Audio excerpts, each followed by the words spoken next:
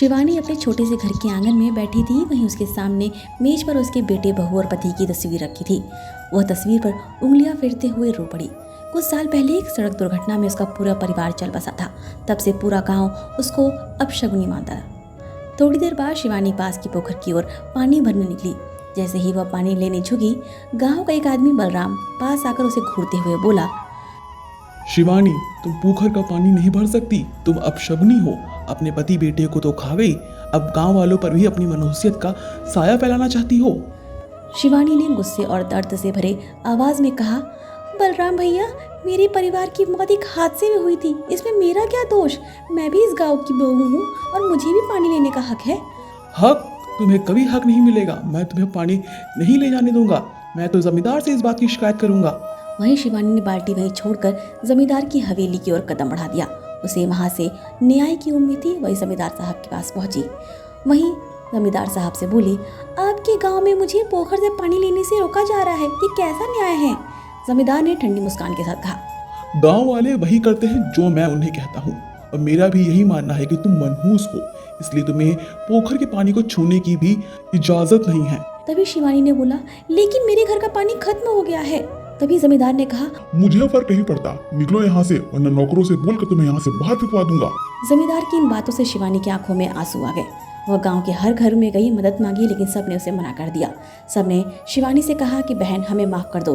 अगर हमने तुम्हें पानी भरने दिया या पानी भी दिया तो जमींदार हमें इस गांव से निकाल देगा।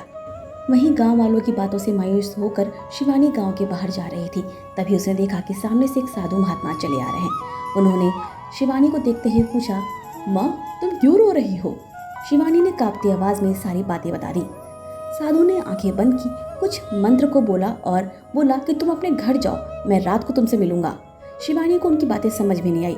शिवानी अपने घर चली गई। घर पहुंचकर शिवानी की नजर एक बंद कमरे में पड़ी, जहां से हल्की सी रोशनी आ रही थी। ये रोशनी कहाँ से आ रही थी कुछ पता नहीं। शिवानी धीरे धीरे दरवाजे की ओर बढ़ी।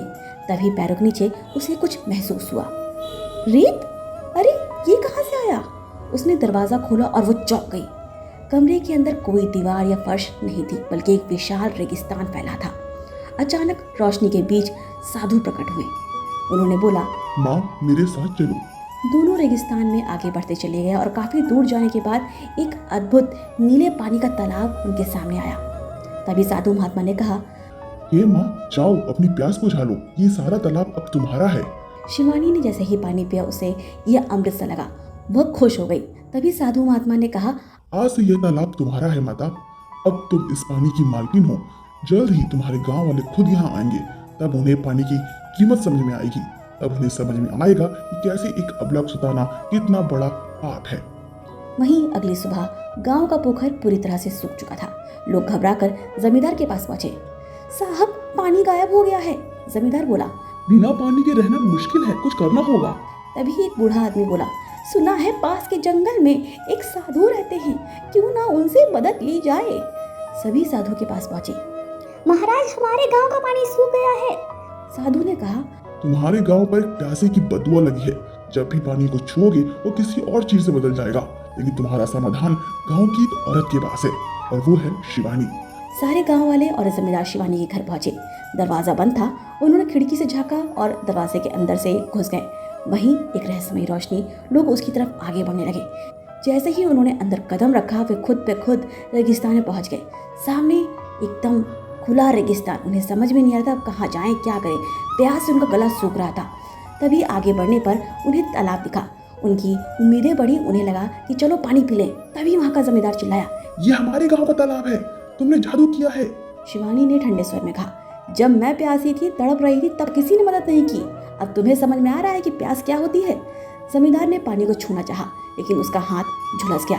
गांव वाले हाथ जोड़कर बोले, हमें माफ कर दो शिवानी, हमसे गलती हो गई है। तभी वह साधु महात्मा प्रकट हुए। उन्होंने सबको बताया कि पानी एक ऐसी चीज है जो सबके लिए हिस्से में आती है। कोई भी मनुष्य या किसी का भी साया पानी में पड़ने से कुछ नहीं होता। ये सब अंधविश्वास है कि तुम्हारे गांव को पूरी तरह नष्ट कर देगा। किसी अबला को सताना बहुत गलत बात है। उन्होंने कहा कि अब इस महिला को अपने पूरे सम्मान के साथ गांव लेके जाओ, और खबरदार किसी ने इस महिला का अपमान किया तो। गांव वाले महात्मा की बात मान गए। गांव वाले शिवानी को साथ लेकर चले गए और लौटते ही पोखर फिर से भर गया। अब जमींदार के साथ साथ गांव वालों को भी अपनी गलती का एहसास हो गया था।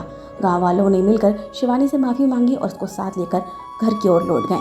अब उनके पोखर में फिर से वही पानी आ गया और गांव में एक नई खुशी, एक नई लहर के साथ आई।